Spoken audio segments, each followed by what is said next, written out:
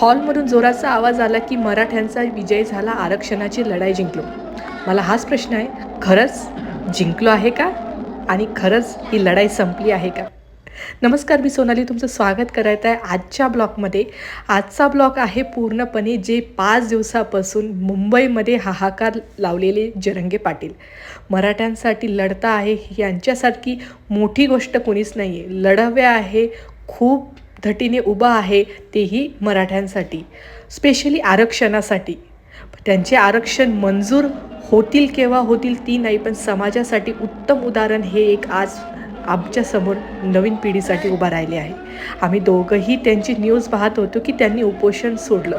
एका अर्थी आम्ही खरंच खुश झालो, पण सगळीकडे गुलाल उधळला जातोय.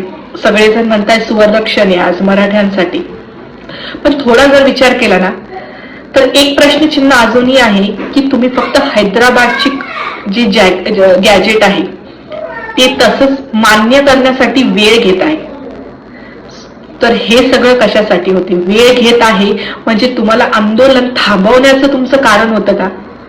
कारण की जेवढ्या 8 मागण्या होत्या त्याच्यापैकी फक्त 6 झाल्या, बाकीच्या 2चं काय? त्यासाठी ते कमिटी नेमणार, प्रत्येक दिवसाला 15 दिवस 1 महिना करत करत प्रत्येक वेळेस पुढे नेणार, परत एकदा आंदोलन होणार, परत ही प्रोसेस चालू राहणार.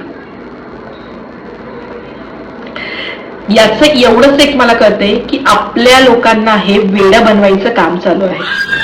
हा, त्यात एक गोष्ट आहे की मला या व्हिडिओ थ्रू तुम्हालाही सांगावीशी वाटते की तुमच्या आसपास दूर दूर पर्यंत तुमच्या गोत्यामध्ये कुणी एक जरी कुणबी असेल ना, प्लीज एकमेकाला मदत करा. कारण की त्या एका गोष्टीचा फायदा नक्कीच भविष्यात होईल याची खात्री झाली आहे. पण तरी सरकार आहे, त्यावर विश्वास ठेवून तर चालत नाही. जोपर्यंत हायकोर्ट, सेक्शन कोर्ट यांच्या थ्रू कोणताही ठोस पुरावा येत नाही तोपर्यंत ह्या 8 पैकी 6 मान्य झालेल्या ज्या मागण्या आहेत त्या नक्कीच अंमलात येतील की नाही याची खात्री आणि शक्यता फार कमी आहे. बट सलाम आहे जरंगे पाटील यांच्या उपोषणाला. एक सामान्य माणूस उभा राहू शकतोय तर तुम्ही आणि मी एवढे सुशिक्षित आहात, ऍटलिस्ट एवढी तर मदत करू शकतोय एकमेकांसाठी की कुणी कुणबी असेल आपल्या आसपासमध्ये तर आपल्या एकमेकांसाठी ते प्रमाणपत्र तयार करण्यासाठी एक लिंक म्हणजेच बुडत्याच हात हेही खूप आहे. बघा, पटतंय का?